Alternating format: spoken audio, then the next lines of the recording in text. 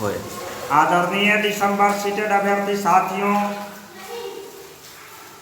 वर्तमान परिस्थिति में जो विभिन्न प्रकार की परिस्थितियां बन रही है, इन सभी स्थितियों से आप लोग अवगत हैं। बिहार सरकार के शिक्षा विभाग के दुर्बल रवैया से यह स्पष्ट नहीं हो पा रहा है कि दिसंबर सीटेड अभ्यर्थियों का नियोजन ऐसी परिस्थिति में होगा या नहीं।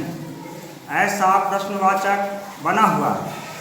मेरे दिल में भी है, आपके दिल में भी है। हम लोगों ने विभिन्न प्रकार के रास्ता अपनाया है। अभी तक जो जीत मिली है, हम लोगों को न्यायालय के रास्ता से मिला है। हमारे साथियों ने विभिन्न ग्रुप के माध्यम से न्यायालय में याचिका दायर किए हैं और याचिका दायर करने का प्रयास भी कर रहे हैं। कल बुधवार के रोज हम लोग पटना में पाटलिपुत्र की धरती पर एकत्रित हुए थे। उस समय साथियों के द्वारा अलग अलग विचार व्यक्त किया गया था। कुछ साथियों को कहना था कि NIOS का अलग केस होना चाहिए, कुछ साथियों का कहना था सभी को एक साथ होना चाहिए, कुछ साथियों का कहना था कि BED और DLED वाले को अलग करना चाहिए। हमारा जहां तक स्पष्ट राय था उसमें कि यह सारी जो बात अधिवक्ता जो बढ़िया अधिवक्ता है जिनके द्वारा केस लड़ा जा रहा है, उनके विचार को सर्वोपरि रखा जाए। आपसी मतभेद के कारण संगठन को कमज़ोर नहीं किया जाए। और खास करके जो नीरज जी के द्वारा जो ग्रुप बनाया गया है, अभी तक काफ़ी लेट हुआ। चाहे जिस भी परिस्थिति में हो, ऐसा नहीं होना चाहिए। सवाल होता है कि इसका जिम्मेदार क्यों है। अभी नोटिफिकेशन जारी हुआ, केस का जो दायित्व रखने वाला व्यक्ति है उसे स्टे लगवाना चाहिए। अगर ऐसा नहीं हुआ तो जिम्मेदार कौन है आप सभी जानते हैं। इसका एनालिसिस होना चाहिए, इसका फीडबैक होना चाहिए। इसी के उत्तरोत्तर में हम लोगों ने कल 9 सदस्यीय कमेटी बनाया है, जिस कमेटी की जिम्मेदारी है कि केस के डायरेक्शनल को तय करेंगे, दिशा निर्देश देंगे और इसी दिशा निर्देश के माध्यम से ही नीरज जी को आगे बढ़ना पड़ेगा। डायरेक्शनल तय करने के लिए यह 9 जो सदस्यीय कमेटी है यह तय करेगा। कुछ साथियों का विचार हुआ कि दूसरे साथी जो केस करना चाह रहे हैं इस पर रोका जाए। हम लोगों का जहां तक विचार है कि जो साथी केस करना चाहेंगे केस करेंगे, क्योंकि केस में एक मोटी राशि खर्च होती है, वह जरूर समझदार होंगे। सभी अधिवक्ता से राय लेकर के स्टेप लेंगे, क्योंकि उनका भी उद्देश्य सीटेड अभ्यर्थियों को इस नियोजन में मौका दिलाना है। जांच परख करके लेंगे। अगर यह यथोचित होगा तो वह अच्छा काम होगा, नहीं अगर अधिवक्ता सलाह नहीं देते हैं तो वहाँ पर वह गुरेज करेंगे, परहेज करेंगे। अधिवक्ता के सलाह पर अगर होता है कि अलग से पिटिशनर अलग से केस दायर करने पर किसी तरह की विषम परिस्थिति नहीं उत्पन्न होता है तो वहाँ पर वह दायर करने के लिए स्वतंत्र है। जहाँ तक हमारे जो साथी हैं पटना पाटलिपुत्र बराबर एकत्रित होते हैं, पैसा खर्च होता है, इसलिए मैं अपने स्तर से प्रत्येक 38 जिला है, 38 जिला में अपने एक संगठन बन रहा है। 6-7 जिला का मैं कल प्रखंड अध्यक्ष का घोषणा किया था। बाकी जो जिला बचा हुआ है 1-2 रोज में मंथन करने के बाद कर दूंगा। हमारी बात और आपका संवाद उस संगठन के जिला के अध्यक्ष के माध्यम से होगा और वह भी एक दिशा निर्देशित करेंगे, दिशा तय करेंगे। चूँकि लड़ाई लंबी है, इस लंबी लड़ाई लड़ने के लिए कड़ी की ज़रूरत है। हमारे और आपके बीच जो जिला अध्यक्ष होंगे वह संवाद करेंगे। कुछ साथियों को हमसे दिक्कतें होगी। आप बताइए, एक दिन में अगर 400 कॉल आता है, क्या संभव है कि मैं सभी का जवाब दे पाऊँगा? ऐसा संभव नहीं है सर।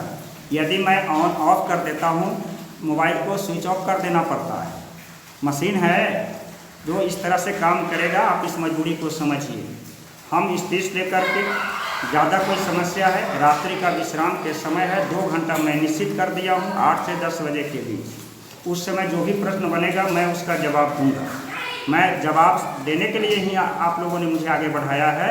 मैं निरंतर आपके सेवा में रहूँगा और मेरा जहाँ तक समझ में है कि संगठन विश्वसनीयता के बल पर चलती है, कि क्रिया प्रणाली पर चलता है। आर्थिक सहयोग बड़ा मायने नहीं रखता, पैसा कोई मायने नहीं रखता है। आंदोलनकारी अगर सही हो, संगठन का कर्ता धर्ता सही हो, तो ज़रूरत पड़ेगा मिनटों में उतना पैसा जमा हो जाएगा।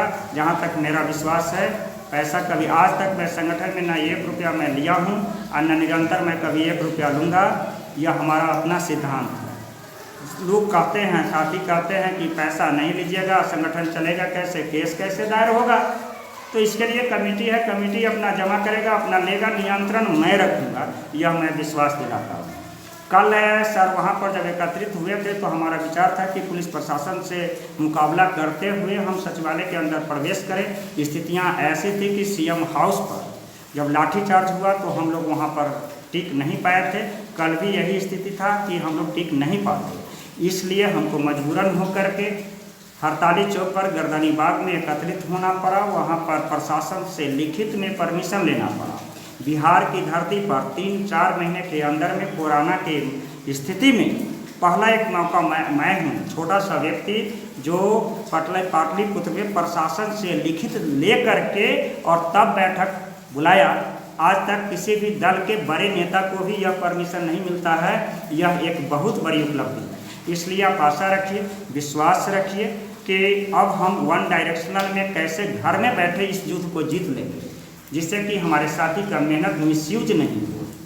यह तभी होगा जब प्रश्न करना कम और काम करना ज़्यादा शुरू कीजिएगा। आप अपने कर्तव्य का निर्वाह कीजिएगा। जितनी जिम्मेदारी हमारी भी है, आपकी भी उतना ही जिम्मेदारी है सर। आपको नेतृत्व का कोई सवाल नहीं पैदा होता है। सवाल यह पैदा होता है कि बिना कहे हुए कौन सा व्यक्ति सकारात्मक काम कर लेगा। अगर आप निरंतर सकारात्मक काम करते रहिएगा तो आप उस नेतृत्व के दौर में सबसे आगे बढ़ जाइएगा। मैं वादा करता हूं कि मैं पीछे रह जाऊंगा, आपका स्थान मैं सबसे आगे दूंगा। आपसे आग्रह है कि 38 जिला के जो साथी, हो सकता है कि दूरी के अभाव से, संपर्क के अभाव से मैं किसी कम क्रियाशील, मध्य क्रियाशील, उत्तम क्रियाशील व्यक्ति का भी चुनाव कर दूं। वैसी स्थिति में यदि आपका ऐसा लगता है कि इस व्यक्ति का चुनाव नहीं हुआ है तो आप हमें फ़ोन से संपर्क करेंगे। वैसे व्यक्ति को मैं राज्य के कार्यकारिणी में एकत्रित कर लूँगा। एक ग्रुप बनेगा, आप सभी मजबूत होंगे, तब मैं मजबूत होऊंगा, तब यह संग्राम जीत पाएंगे। आपका साथी त्रिपुरारी झा, सीटेड अभ्यर्थी संघ, बिहार प्रदेश।